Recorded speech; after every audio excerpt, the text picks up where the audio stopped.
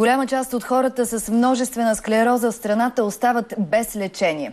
От 20 януари Здравната каса няма да заплаща медикаментите на хората с тази диагноза, които имат инвалидност над 65%. Станимира Иванова и Владислав Милиев работиха по темата. Това е Деси. Работи като държавен служител, плаща данъци, осигуровки, грижи се сама за себе си. Диагнозата ѝ е множествена склероза. Степента на инвалидизация 71%.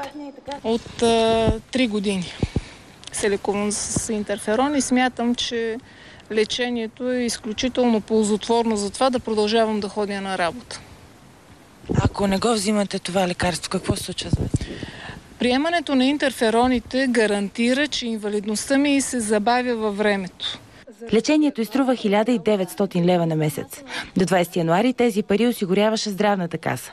Занапред лечението си е нейна грижа. Защо? От Здравната каса отговориха така. За да няма несъответствие в нормативните документи. Ние като национално отговорна институция това нещо не можем да си позволим да съществува. Какви са несъответствията в нормативните документи? Несъответствието е това, че се казва, че функционалният неврологичен дефицит следва да бъде нисък, за да се предполага една достатъчно добра ефективност на тази терапия. На това лечение. Тоест хората с над 65% инвалидност, терапията не е ефективна. Така? Не е ефективна, да. Новата наредба влиза в сила след единодушното решение на всички консултанти невролози на Здравната каса.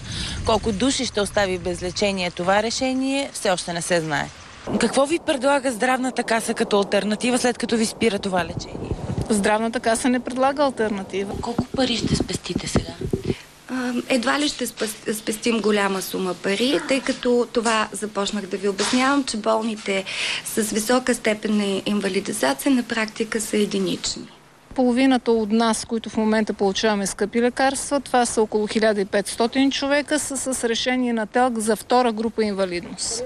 Колкото и пари да спести държавата, вместо за лечение, скоро те ще трябва да бъдат инвестирани в друго. Лични асистенти, помощи и пенсии за същите хора.